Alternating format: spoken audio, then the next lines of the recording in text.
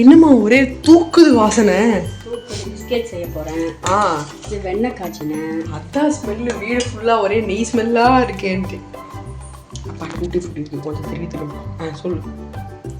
Biscuit செய்யறதுக்கு 3/4 cup சர்க்கரை எடுத்து நல்லா பவுடர் பண்ணி வச்சிருக்கேன் நைஸா. ஓகே. அப்புறம் 2 கப் மைதா, அப்புறம் வெண்ணிலா எசன்ஸ், அதுக்கப்புறம் பேக்கிங் பவுடர், ஓகே, அதுக்கப்புறம் 3/4 கப் பட்டர் எடுத்து வச்சிருக்கேன்.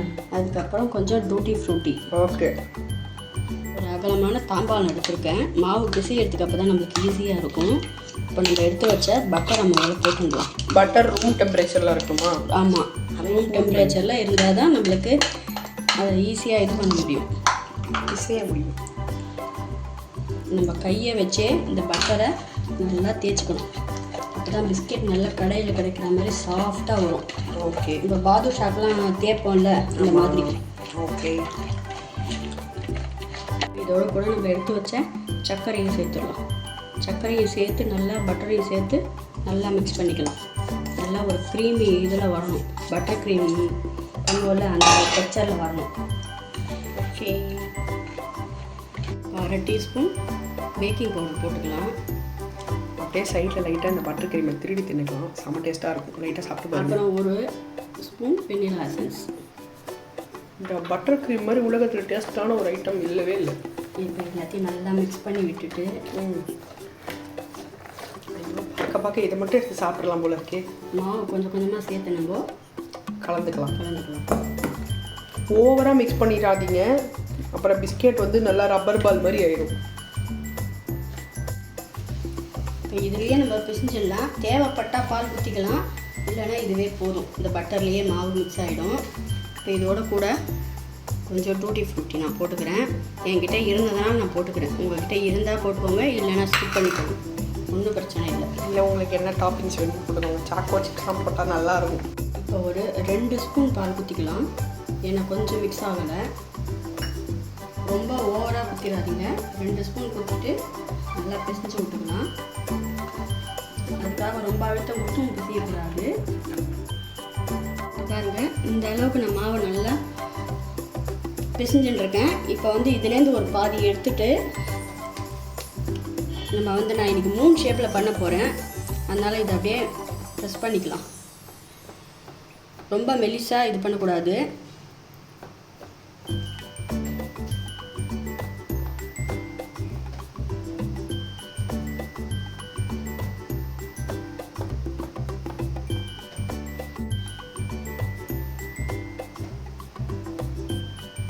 பொறுமையாக சப்பாத்தி கட்டையை வச்சு உருட்டிக்கோங்க.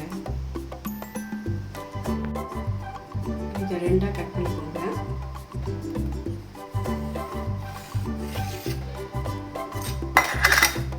மூடியை வச்சு முதல்ல இதை எடுத்துடலாம். இந்த மாதிரி நான் உங்ககிட்ட குக்கி கட்டர் இருந்தால் நீங்கள் அதில் இது பண்ணிக்கோங்க. என்கிட்ட குக்கி கட்டர் இல்லை, அதனால் நான் இதில் இது பண்ணிக்கிறேன். இந்த மாதிரி 3 மாதிரி நம்ம செஞ்சுக்கலாம்.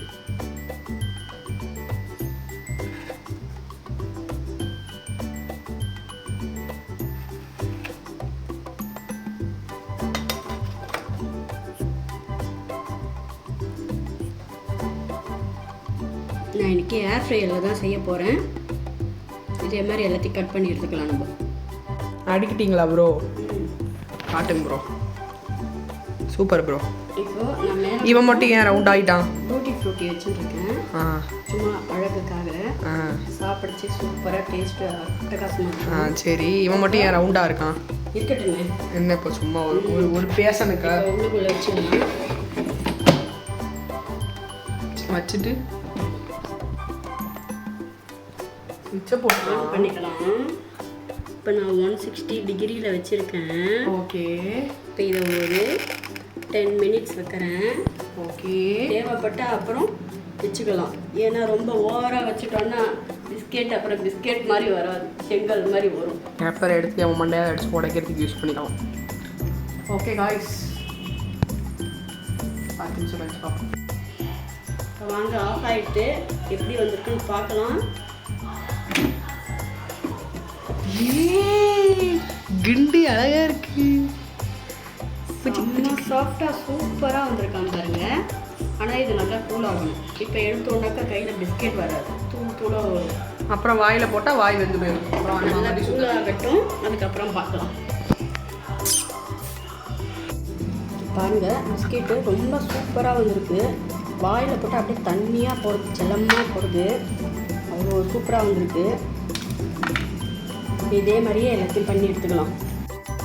அவ்வளோதான் ஃப்ரெண்ட்ஸ், நம்மளோட சூப்பரான டூட்டி ஃப்ரூட்டி குக்கீஸ் ரெடி ஆகிடுது. நான் எடுத்த அளவுகளுக்கு எனக்கு ஒரு 30 பிஸ்கெட் கிடச்சிருக்கு. பாருங்கள் எவ்வளோ சாஃப்டாக நல்லா க்ரன்ச்சியாகவும் வந்திருக்கு. தூள் தூளாக ஆகுது பாருங்கள். இந்த வீடியோ பிடிச்சா லைக் பண்ணுங்கள், ஷேர் பண்ணுங்கள், கமெண்ட் பண்ணுங்கள் மற்றும் நம்ம சேனலுக்கு சப்ஸ்கிரைப் பண்ணிக்கோங்க. Thank you friends.